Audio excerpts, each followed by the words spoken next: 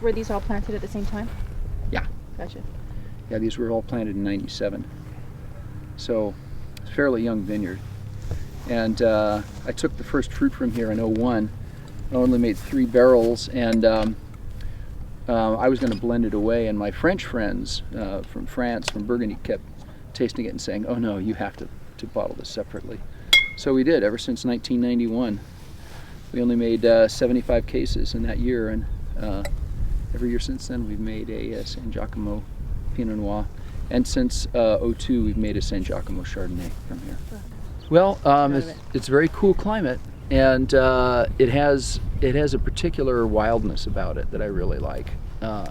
It's closer to what's been called the true Sonoma Coast, I think, than a lot of these other areas that are calling themselves Sonoma Coast. Like Sonoma Coast still goes up that mountain all the way to the ridge line, and that's not really Sonoma Coast up there. That's a lot more like Sonoma Mountain, actually. I like to pick sites that really characterize the AVA. So when I was out at Flowers, that was really archetypal Sonoma Coast. And I've got a vineyard, Manchester Ridge, out on the Mendocino Ridge, which is kind of outflowersing flowers. It's twice as high at 2,200 feet. And that's the one I was thinking of. Yeah. And when I built the Flowers Winery and planted most of the vines, I planted it one ridge in from the ocean for protection. Well, Manchester Ridge is right on the ridge. And the average elevation at Flowers is 1,100, and this one's 2,200. Wow. So, yeah, it's wine growing extreme wine growing. Yeah.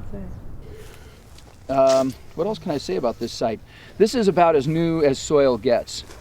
This soil is so new that it would be just like catching the baby right out of the womb. It's only about 10,000 years old, this soil. It's the wash down from the mountain, so it's very new, even though a lot of the parent material obviously is very old.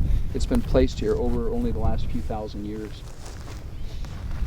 And it's a great example of bench deposits, as you can see. The soil is very permissive, meaning that the roots just go down forever and ever, but it's so cool that you get very low bud fruitfulness overall here. So our big problem here has been getting enough crop actually to help to harness the vegetative growth, because if you don't have enough cluster drag on the vegetative growth, it just wants to keep growing and growing and growing, and then you don't really get a lot of phenolic ripeness. So that's kind of the idea here. Sweet. Sorry, Greg, what is the vintage we have here? 08. This is 08, Sangiacomo, from this vineyard. A lot of people say, oh, Sangiacomo, I know that, it's in Carneros. Well, they have 1,100 acres in Carneros, but they've got 58 acres here in the Petaluma Gap. So it's very, very different than most of the Sangiacomos that you would taste out there. Like, Phelps or Steele. Those are all, Sangiacomos are all from Carneros, rather than from the Petaluma Gap.